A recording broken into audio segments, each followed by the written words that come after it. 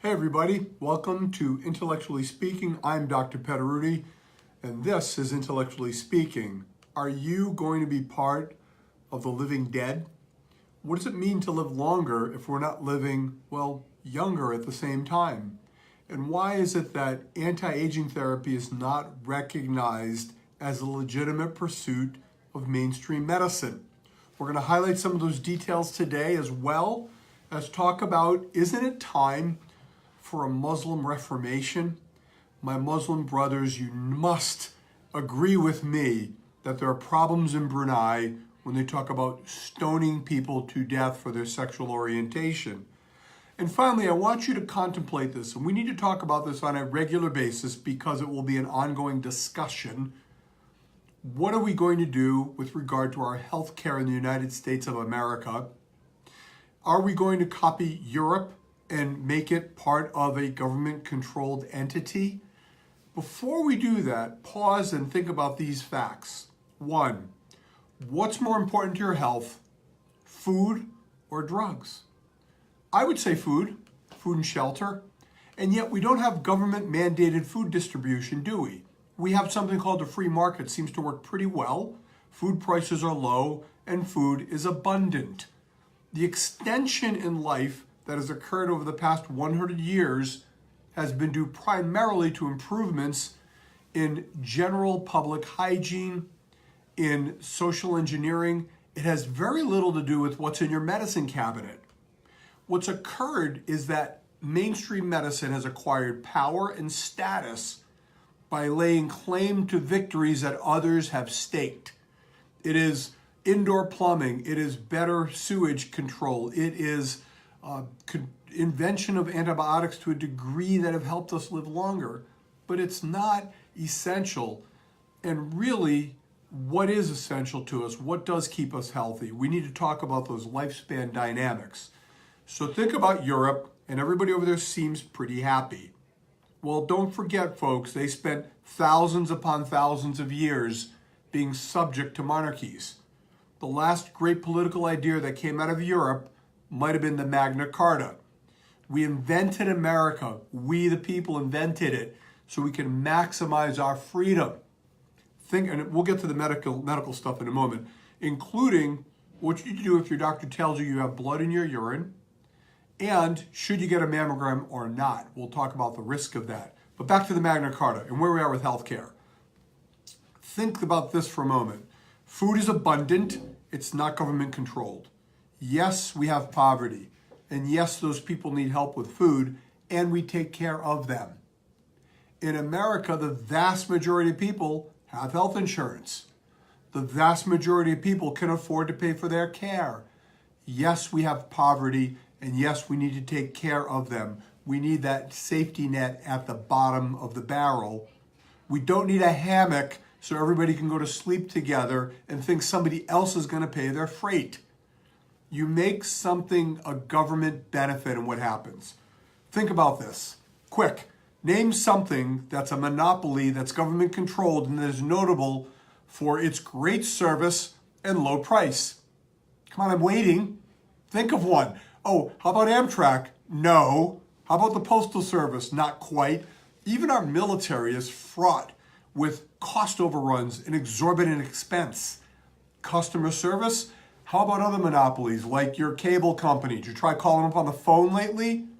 How good do you think it'll be when the federal government takes over all your healthcare and you have no other options? None. Zero. You want to try to get on the phone and call somebody about a bill you had or a problem you've got? Good luck. Furthermore, where's the brake on the system? How in the world do you control cost when the person receiving the benefit and the one charging the expense has no skin in the game? Recently, there was a $1.2 billion Medicare fraud uncovered. Did you hear about this, Shannon? No.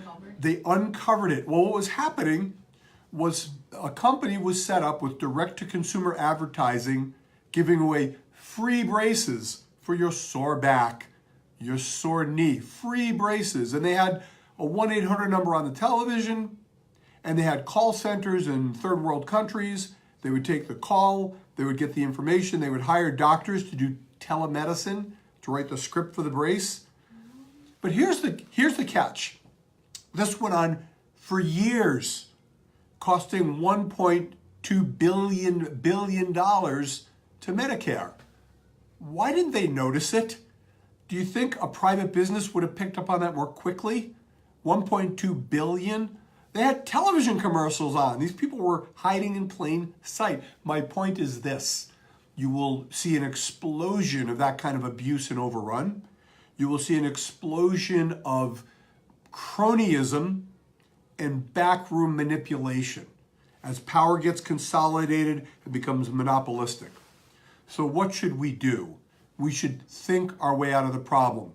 This is, intellectually speaking, a better approach. Let's do things the American way. Let's invent something new. Let's address the problems that are existing in the healthcare delivery system and fix them because we can. It's hard. It requires leaders to lead and legislators to legislate.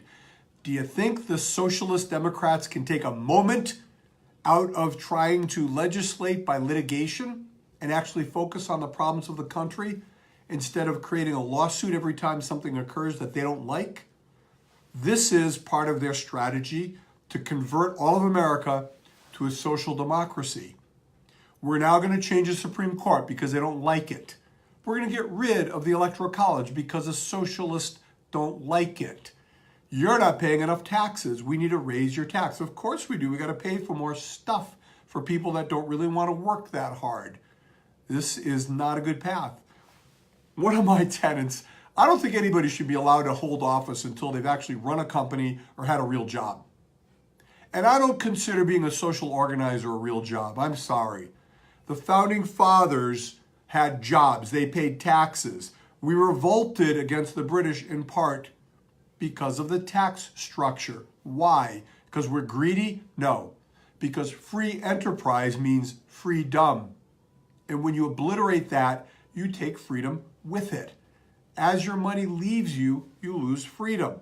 And that freedom is critical because with that, you make the choices, not the government making them for you.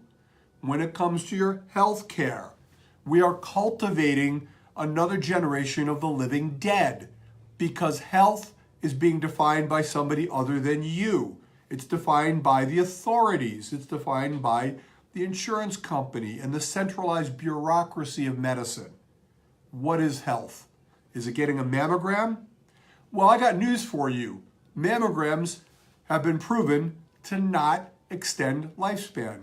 You get a mammogram, you don't get a mammogram, the death rates are the same. The American College of Physicians just came out with new recommendations for mammograms. I'll tell you the intellectual medicine recommendation in a moment. Shannon, how many different recommendations are there for mammograms? At least 5? At least. Every organization has its own recommendation. What does that tell you? It tells you they don't know what the hell they're doing.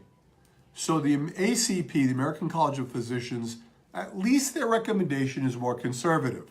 They state that a mammogram done prior to age 50 in an average risk woman, which is the vast majority of you, average risk woman less than 50, causes harm.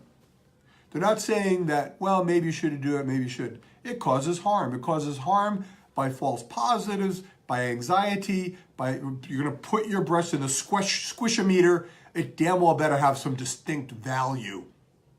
You're taking a cancer-prone organ and you're irradiating it for no benefit. After age 50 and up till age 75, they recommend a mammogram every other year. Why?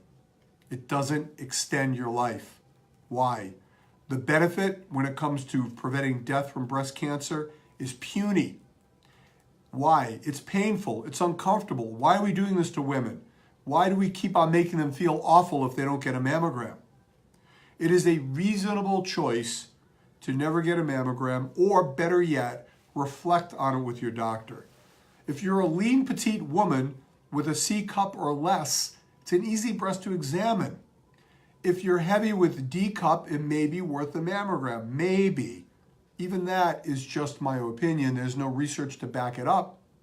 What I advocate for is do things right now so you don't become the living dead. We can do things so you're not going to age like everybody else, so you can live longer. And it has nothing to do with your health insurance. You don't have health insurance. Can we get over that? You have sick insurance. It's there for when you get sick. We don't have a healthcare system. We have a sick intervention system. You want to stay healthy, it's your business. Now, people have said to me at times, geez, Dr. Petteruti, shouldn't my insurance pay for my hormones, for my weight loss treatment? Wouldn't that, after all, prevent disease and save money? Yes, it would prevent disease, but no, it doesn't really save any money. It's actually cheaper to just let you go about your way and get sick and treat the few that get ill, because most of you are just going to die anyhow, and save the insurance company the hassle of paying you anything. Think about it from this analogy. Again, look at the car insurance business. We don't have a crisis in car insurance, in part because you, the consumer, have to pay for it. One of my recommendations is that we separate health insurance from employment. It was an accident of history that they got connected.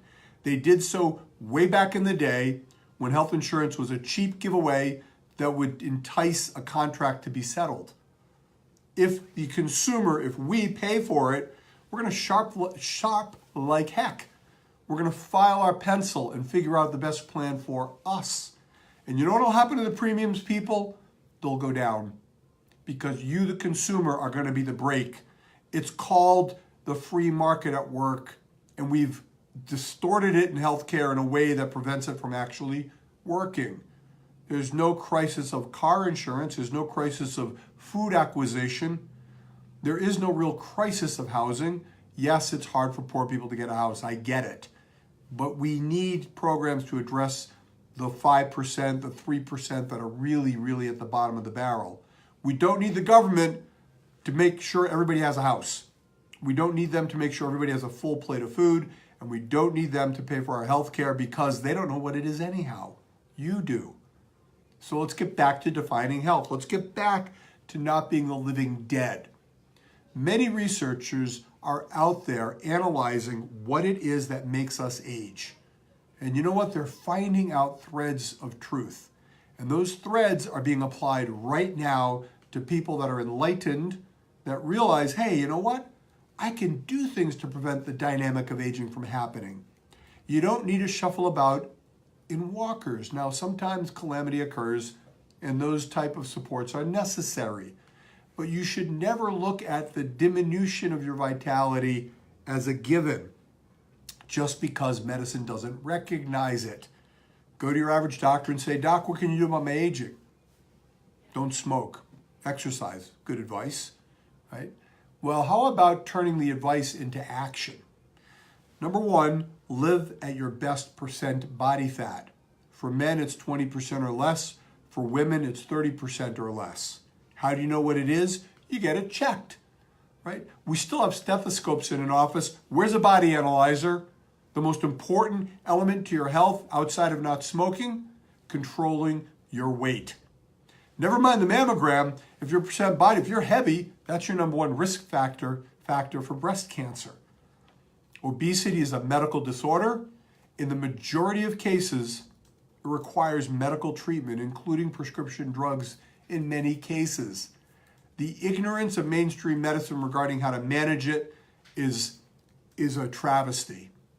How can we neglect the number one metabolic disorder facing Americans and not make it a zealous pursuit of our education and get it out there to help people? I mean, we've solved it in intellectual medicine. Our patients get the remedy. The other piece of this is every person, every man, every woman needs to be on hormone replacement therapy. The only question in our philosophy of care is when they should start it, not if. This is a given, a 100% guarantee.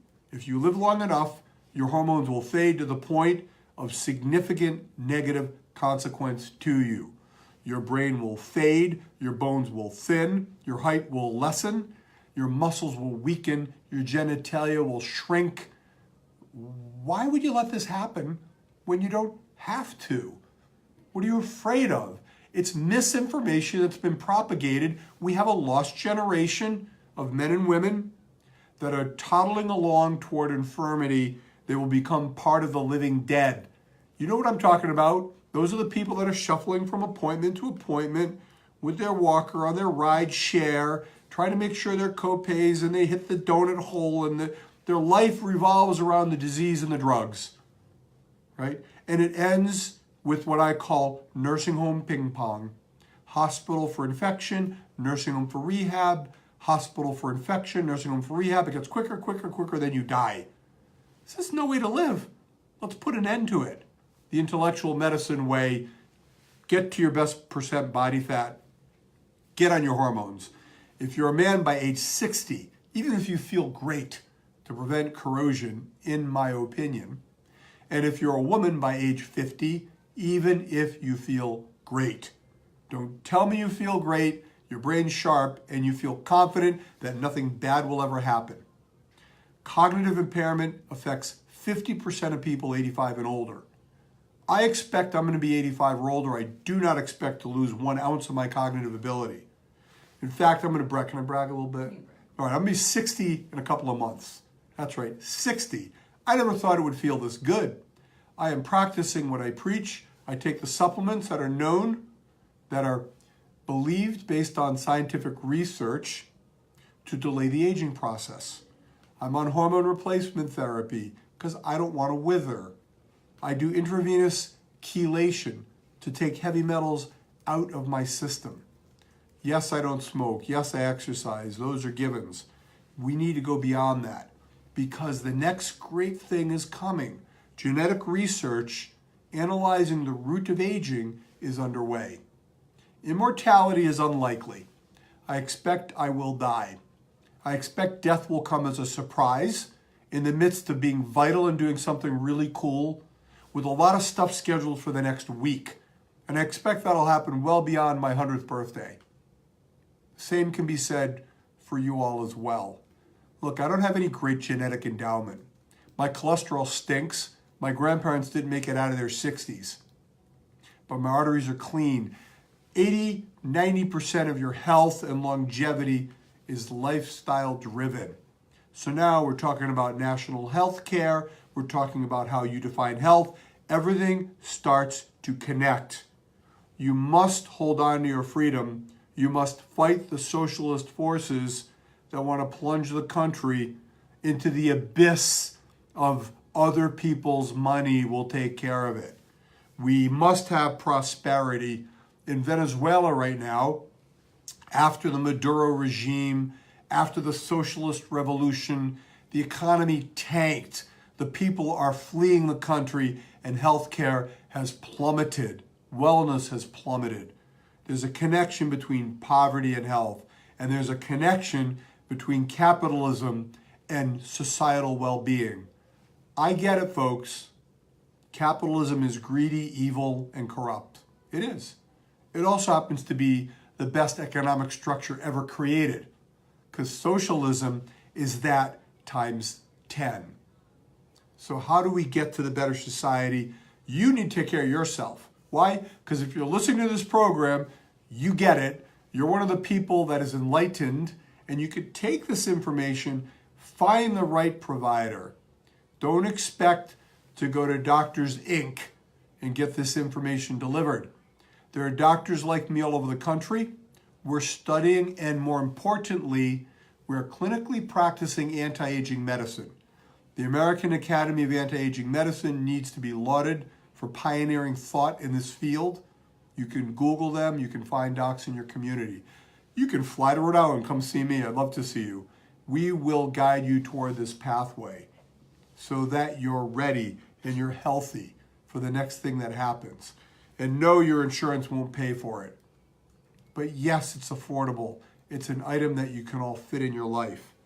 So we need to talk about a couple of other items too, though. I'm gonna pivot for a moment, kind of tangential but somewhat related. Texas Tech recently did away with race-based admissions policy. People have applauded this as being a step forward. The idea of getting a colorblind society includes the elimination of a need for quotas. I'm not sure I feel about that. We need diversity. How do we acquire it? Well, colorblind, maybe, right? Race-based, maybe. White privilege, I'm not so sure it exists the way people think. I mean, I'm sort of kind of white. I'm an Italian guy. Growing up, I thought everybody in the country was an Italian Catholic. And then I left Rhode Island and discovered I was a minority, relatively speaking. The real privileged people is green privilege. And we've seen it play out with these college admission scandals. It's not as much your color as it is your wallet. The people with the money buy their way into influence. Thus, race-based admissions are a fraud. When I was in high school, there was a kid in my school, and he was black. He still is, as far as I know. And we're both applying to college.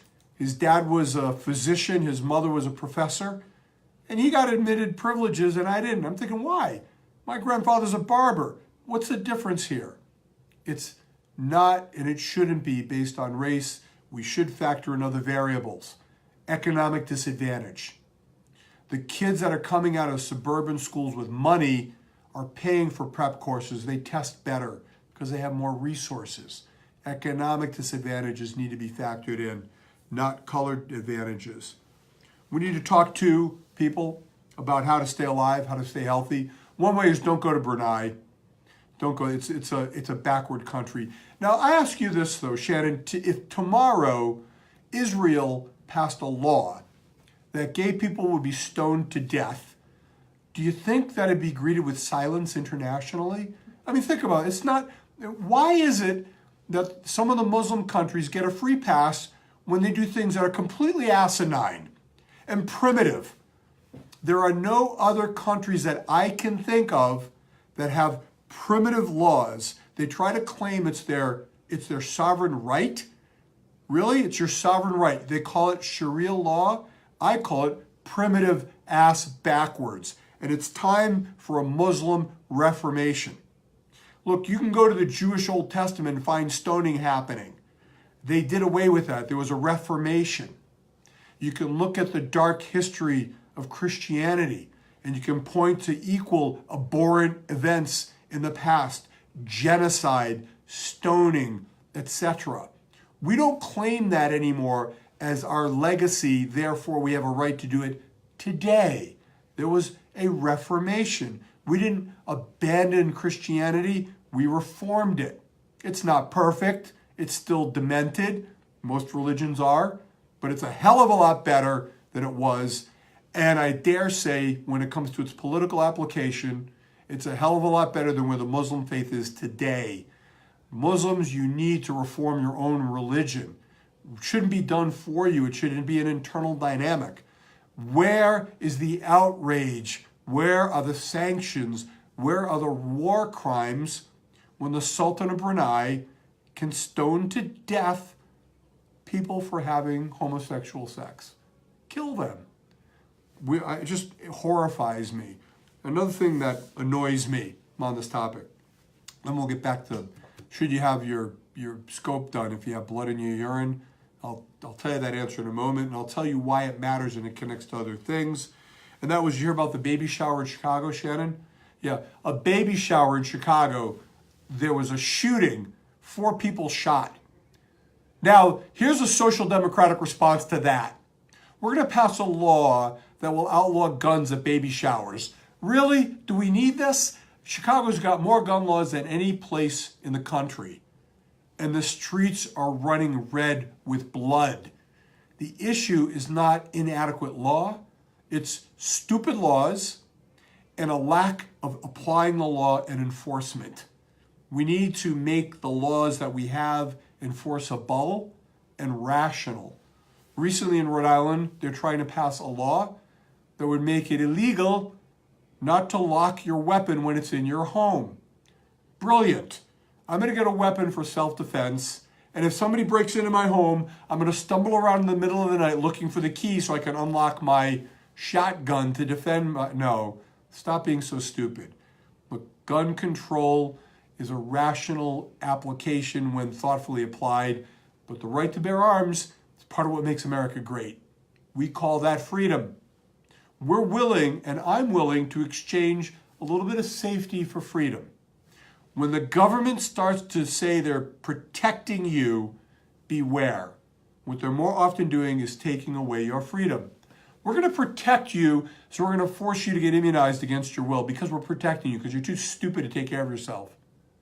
I'm going to protect you from the Supreme Court because they're going to take away your Roe versus Wade right that's been ensconced in law since 1973, that has absolutely no risk presently on the horizon, but you need to let us protect you.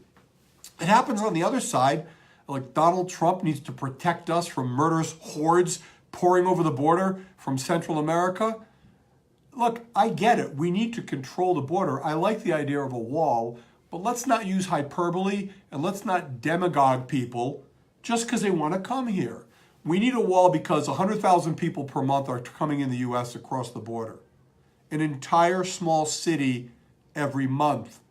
This is biased and discriminatory immigration policy because through passive lack of enforcement of our laws, we saturate the immigration system with Central Americans and thereby obliterate the ability of us to absorb people from Southeast Asia, from Eastern Europe, and from Africa, because they don't have the same capacity to just walk across the border. Why should anybody else be able to leverage their geography to get into the country through the back door? Now we're worried about measles outbreaks. Not a bad worry, right? We should pay attention to it. I have an immigrant in my practice, and she's really angry at the lack of law enforcement along the border. She said, you know, when I came to this country, I had to go through immigration processing. I had to have immunizations performed. I'd have myself assessed medically. Look, you can bring a pot. You can't bring a plant here from Mexico, and we're pouring 100,000 people across the border. Never mind that some of them are criminals. That's a true fact. They're all bringing with them a burden to the infrastructure to sustain them. So let's stop looking to just hate Donald Trump, and let's start to work with him, social democrats, so we can get collective solutions to a national problem. That's right, it's a national problem. I happen to like America, kind of like the way it is. I like the Electoral College. I think our forefathers were pretty bright, put together a pretty good system. So I am an American of Italian heritage. I used to think I was an Italo-American, Shannon, and then I went to Italy. And I came back, I was in Italy, I said, what? I am not like these people. I understand now why we left. It's a beautiful country and the people are fabulous. But holy cow, you want a plumber? You better wait a month. They just don't move like we do. They don't act like we do. We're Americans. We're more demanding. We work harder. We expect things more quickly. That's why we don't like to wait in lines. That's why we like to be able to fire people when they stink and pivot towards something better, like in healthcare. But be careful. Healthcare is being monopolized. So here's a vignette, and this can be expanded to other arenas. They recently did a study that found if you have blood in your urine, not the hemorrhaging type, the type where the doctor sees it on a test. Microscopic hematuria is a technical term. You go to the doctor, he tests your urine, says, I'm sorry, you have blood in the urine. You need a cystoscopy. You need a medical procedure to look inside the bladder to make sure it's not cancer. They found that if you're below the age of 50, not 0% of people ended up with cancer. Not a single human being, and it was a huge study. It was over 2,000 people they looked at. The Urology Society, not shockingly, recommends that anybody with microscopic blood in the urine above the age of 35 should get a cystoscope. Now think about those two facts for a moment. 0 people under 50 ever had cancer, and yet 100% of the people with microscopic blood are recommended for this expensive, invasive, painful procedure. Why? It's because of money. Because that's how, if I'm a urologist, I get paid. I get paid to put scopes in people. You know, they don't pay doctors very much to think. You think I'm wrong? Ask your family doctor. Ask your pediatrician, right? Pediatricians are amongst the lowest paid specialists in the country. Why? Because all they do is sit around and think. Internal medicine, family medicine, we don't put scopes in people. We don't make much money. I'm not implying that the urologists are corrupted or that they are doing it out of an evil intent. It is simply the dynamic of myopic self-interest. I see blood, I see an opportunity to do a procedure, there's medical justification, and I get paid for it, and it protects me from malpractice. These are the dynamics that are affecting decision making. Now, suppose you had to pay for that procedure. The doc says, well, we could put a scope in you. It's going to cost you $1,200. It's going to hurt like hell. And the odds of us finding something, well, they're pretty much 0%. You think you're signing up for that? I don't think so. That's called rational thought. And it's what is lacking in medicine. How about the mammogram again? We're going to squish your breast. It's going to hurt like hell. Odds are we'll find nothing. And if we find something, it's going to cause you more harm than benefit. And oh, by the way, it won't help you live longer, even if you have cancer. Would you like that study? Oh, yeah, it's going to cost you a little money too, like hundreds. Imaging the breast, these breast health centers, I don't know why they call them breast health centers. Let's call them breast squishing radiographic imaging centers, right? The squishometer instead of a mammogram. Anyhow, those centers generate billions of dollars. They are a cash cow for the hospitals. Biopsies right and left. Scoping, cash cow. We used to have a joke in medical school. The indication for a colonoscopy or a scoping procedure in gastroenterology, you know what it was, Shannon? They have a colon and they have insurance. It was like that was, you know, and I really honor my colleagues that are intellectually oriented because they pause, stop, and think. You get a doctor like that, you hold on him with both hands. The one that pauses and weighs risk-benefit with you. Because sometimes that evaporates in a rush to do that which is protocol. Because doctors are just too busy to think. They've been buried under paperwork. They've been buried under mouse-clicking, mindless trivia. And it's not stopping. You've lost your advocate by and large. Your advocate has been killed. Primary care is dead on arrival. I get to talk to you about this because I make it my time in business to do it. The internet has been a bit of a salvation because you get an opportunity to do your own research. Everything I've said today, you can Google and research, including the Chicago baby shower. I don't know, maybe we need to arm people when they go to baby showers. So in summary, people, remember to ask questions. Remember, there are very few things in medicine that are true emergencies. When somebody wants to declare an emergency, the first thing to do is pause. If it's an emergency at the border, sometimes they're trying to trample thoughtful intervention. If it's an emergency with global warming, it's not an emergency. We have time to make rational thoughts. If you're diagnosed, God forbid, with cancer tomorrow, the anxiety to get to a remedy sometimes will drive you to make impulsive decisions guided by the doctors who are driven by their protocol. Pause and ask a question, a very important question. How do I define health right now in the face of the information that's been given to me? And as you're reflecting on that, give yourself consideration to look at how health care, how health insurance, how access to sick care intervention, that's what it is going to be made available to you now and in the near future. Don't jump from the frying pan into the fire. Obamacare failed. The idea that we could somehow manipulate the insurance markets through forcing people to buy products failed. The continuing infantilization of adults nauseates me. Now the children, what is it, 27, they get to leech onto their parents' insurance? Really? Really? Get the hell out of the basement and get a job, for God's sakes. Buy your own insurance. Anyhow, we talked today about the trend in healthcare. We talked about mammograms. I've shared with you my opinion, and that is if you're average risk, and bear in mind, over 90% of the women that get breast cancer have no family history. It is rarely a powerfully genetically endowed disease. There are some cases where a first-degree relative, a parent or a child, has had breast cancer that may shift recommendations. And if I leave you with anything, it is this: be the shepherd of your own ship. Do your own research, embrace anti-aging as you define it as best you can in the time and space you're living in.